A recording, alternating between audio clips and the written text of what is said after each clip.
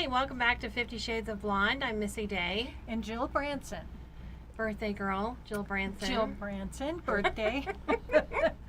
And we have with us our favorite blonde, Yay! Nancy Thank Gabriel. Welcome to the Aw. show. Thank you. I like that you say I'm your favorite. You are, just don't tell anybody. I won't tell anybody. My lips are sealed. You guys are my favorite too, and I'm so excited that it's your birthday month. And next month is Yes, your we're birthday gonna month. Just keep celebrating. Yes. It's wonderful. We have the September, representing September right here on this Peace side. to the Virgos. That's right. And I'm a Virgo too. I'm just at the other end. That's it. Peace Yeah. to the Virgos. That's right. Right. Are you really a Virgo? hmm I didn't know that. It changes at the No 22nd wonder. or 23rd. Hmm. No wonder. No wonder. This kind of explains Who knew? everything, doesn't it? So let's talk, shall Okay, we? let's talk. What do you want to talk about? So, so this is our second show that we've done rants, right? Mm-hmm. So do you ever come across something in your business, and Nancy is a mediator. She has mediation around the table as her business. What is a rant that you could share about that you've experienced in your business? Good question. I do mostly divorce, and what I see is one partner is the voice and the other partner isn't. So there's the dominant partner and the submissive partner, and I can't generalize as to who's who, whether it's more male or more female, but it drives me crazy when somebody steps on the other person's words and doesn't give the other person an opportunity. And so I tell them frequently, this is a balanced process, and this conversation will be balanced. And I'm here to make sure it's balanced. So I will turn to the more shy partner and say, you will have an equal voice in this office. And that really kind of makes me angry. It's sort of bullying, don't you think? Yes, Mhm. it is. Yep. I think so. Verbal abuse. Yep. Yep. And it's not just in divorce, it's in families too. Right. It's- You know, we were just talking in the green room about a family dispute over the death of a parent, and you just had a funeral in your family. Mhm. What was going on over there? I'm interviewing you. I Yes, can't help well, myself. there was just a lot of misconception between people, misunderstandings, because one thought they heard one thing and another. It just as all misunderstandings are. And it was uncomfortable because we had the same situation happen at one of the family's weddings. Oh dear.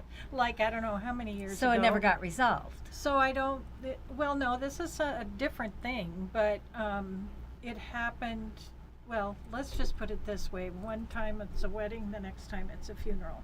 And it just was uncomfortable. And But- is it because this is what I find in mediation too? People need to be right. Right. And what I try and do, instead of saying you're right, because I don't have the ability nor the right to say you're right, I just want to make sure that they're heard. Mhm. And sometimes people make the mistake in a good way. When they think they've been heard, they stop needing to be so right. They get their position validated, and then they can sort of get off of it and move forward. Do you think that might have helped in your family? They definitely need a mediator.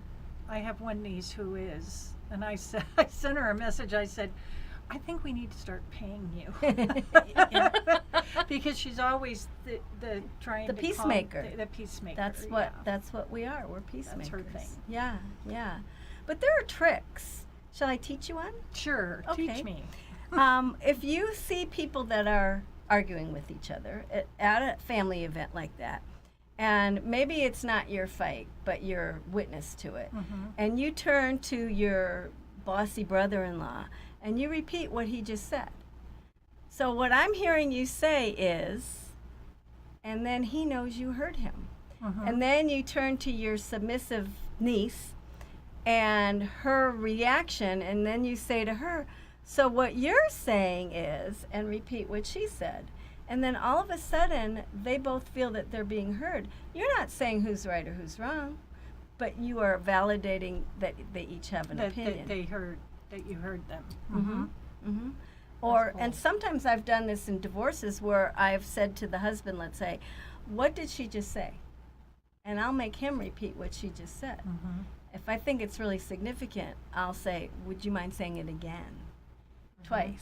and they listen to me. Doesn't that feel They good? don't say mind your own business.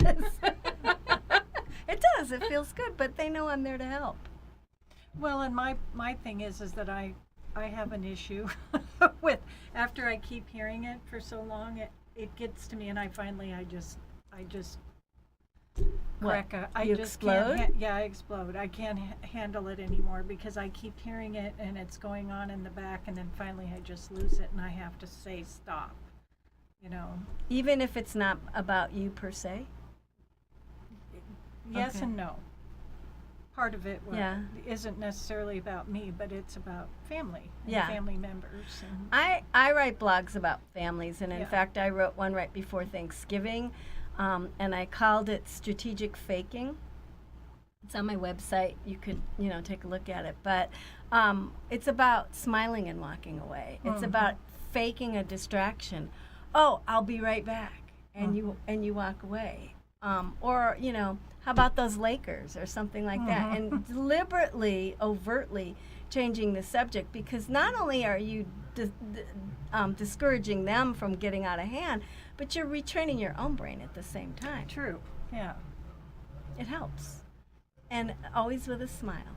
Yes. I try. Fake smile. That's Is not that real, your though. fake smile? Let me see your fake smile. On Big Bang Theory, Sheldon says it's his koala bear smile. Oh. It's his fake Is that what he smile. says? Oh, I Yes, didn't know that. yes. I'm obsessed with Love that show. I do too. I do too.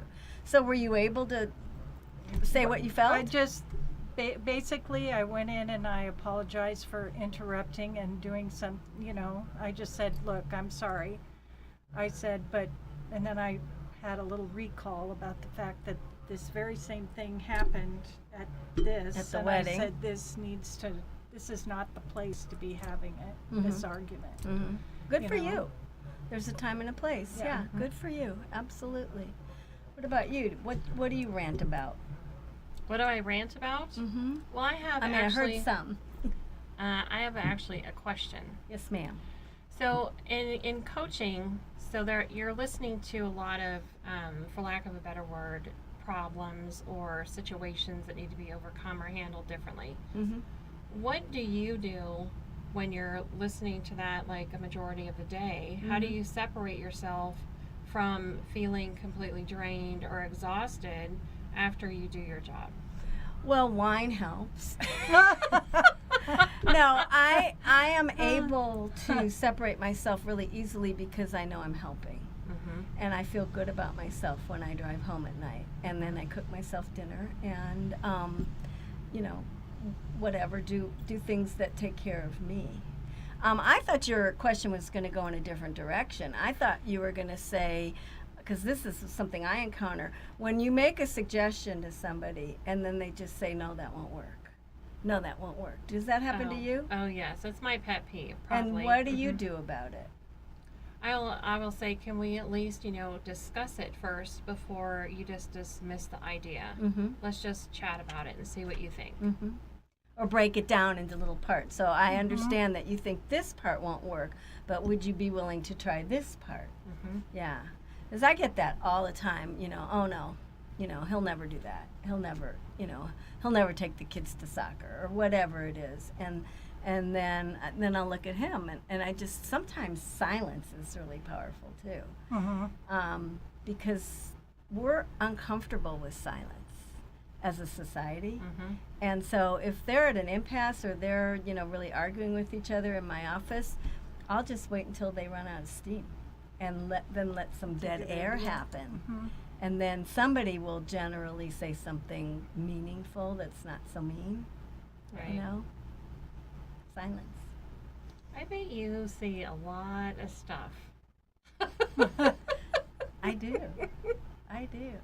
But it's all so wonderful for me because I just love what I'm doing. And, we've talked about being Yeah. late bloomer. I've only been doing this for 6.5 years, but I feel like everything I've done in my life has led up to me being good at this. Exactly. My career as a paralegal, my giving all my friends unsolicited advice, whatever it is, just being nurturing and caring and caring, you know, Mhm. listening, has led me to this. And it's just so fulfilling to me. I'm so grateful that I found it. That's awesome. I think that's very cool. Thank you. Mhm. Well, we always love having you here at 50 Shades, and we're glad you could make it today. I am delighted to be here, and I can't wait to come back. And we love And how you. can people get a hold of you? Oh, thanks for asking. My website is mediationaroundthetable.com. All the contact information is there. I'm also on Facebook, Mediation Table, or Nancy Gabriel, Twitter, and LinkedIn. But my website's the best way. Awesome. Well, thank you again for coming. We look forward to you coming back. And stay tuned for our last guest, Antonio Nunez, who's the chef of probably one of the hottest restaurants in town right now, the So Stove exciting. LV. Yay!